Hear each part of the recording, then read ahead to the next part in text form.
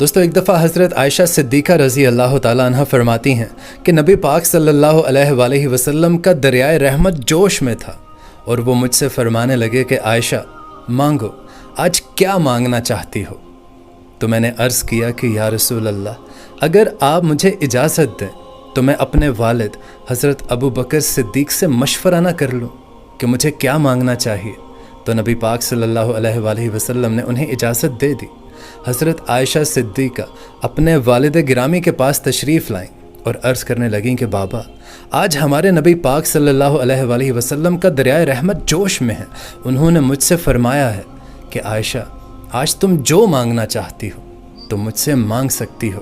میں آپ کے پاس ان کی اجازت سے تشریف لائی ہوں کہ آپ سے مشورہ کر لوں کہ کوئی قیمتی چیز آپ صلی اللہ علیہ وآلہ وسلم سے مانگی جائے۔ آپ مجھے مشورہ دیں کہ میں ان سے کیا مانگوں۔ تو حضرت ابو بکر صدیق فرمانے لگے کہ بیٹا، حضور سے جا کر کہنا کہ شب معراج کی خلوت میں اللہ تعالیٰ نے جو آپ سے راز کی باتیں کی ہیں، ان میں سے کوئی ایک راز کی بات ہمیں بتا دیں۔ سبحان اللہ، قربان جاؤں حضرت ابو بکر صدیق پر۔ مانگا بھی تو علم مانگا اور فرمایا عائشہ، جو بھی نبی پاک صلی اللہ علیہ وآلہ وسلم آپ کو بتائیں وہ مجھے لازمی آ کر بتانا۔ اب حضرت عائشہ صدیقہ واپس تشریف لائیں تو نبی پاک نے پوچھا کہ عائشہ، مشورہ ہو گیا؟ تو حضرت عائشہ فرمانے لگیں جی یا رسول اللہ، مشورہ ہو گیا۔ تو نبی پاک نے دوبارہ حضرت عائشہ سے پوچھا کہ مانگو، کیا مانگتی ہو؟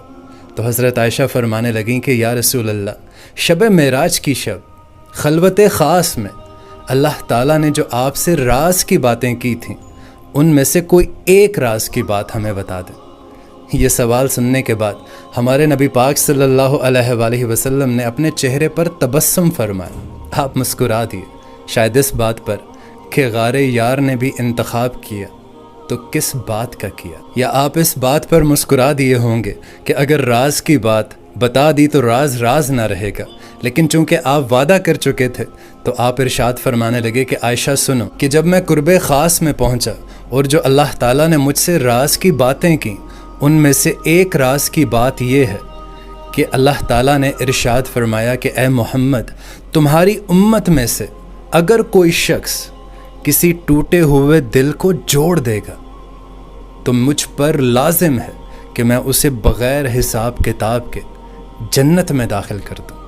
سبحان اللہ۔ اب یہ جواب سن کر حضرت عائشہ صدیقہ بڑی خوش ہوئیں اور آپ واپس اپنے والد گرامی حضرت ابو بکر صدیق کی خدمت میں حاضر ہوئیں اور انہیں سارا ماجرا سنا دیا۔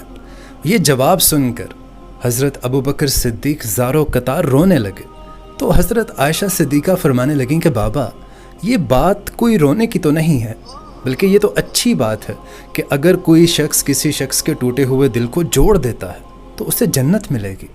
تو حضرت ابو بکر صدیق فرمانے لگے کہ بیٹا، یہ تصویر کا ایک رخ ہے، دوسرا رخ اس کا یہ ہے کہ اگر کسی شخص کے پاس اتنی ہمت ہے، اتنی طاقت ہے کہ وہ کسی کی مدد کر سکتا ہے، کسی ٹوٹے ہوئے دل کو آسرا دے سکتا ہے اور وہ نہ دے، تو اس کا مطلب یہ ہے کہ وہ سیدھا جہنم میں داخل ہوگا۔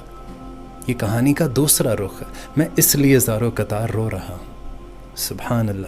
دوستو، کوشش کیا کریں کہ اگر آپ کسی بھی کیپیسٹی میں کسی کی مدد کر سکیں، کسی ٹوٹے ہوئے دل پر مرہم لگا دیں، تو یہ موقع کبھی زندگی میں چوکیے گا مت۔